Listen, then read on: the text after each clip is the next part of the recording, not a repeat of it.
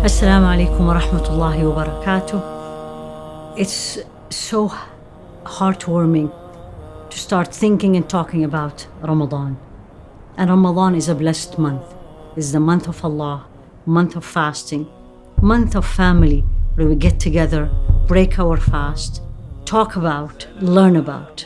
And one of the things we need to learn as a Muslim ummah in general, that this beautiful religion is a religion where women have contributed and still and should continue to be integral part of this deen.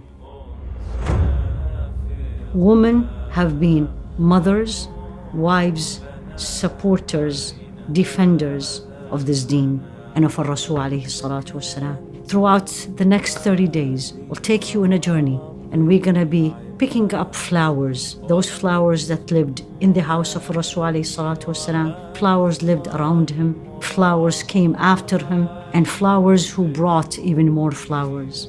Women in Islamic history had a huge impact, whether in education, whether in raising children, whether in raising scholars, whether being scholars themselves. What we all need to do, let's spend a little bit of a time on a daily basis, teaching ourselves first, teaching our family, teaching our daughters, teaching our sons, that these women had a lot of favors upon us. And the least we can do is learn about them and spread the knowledge about them.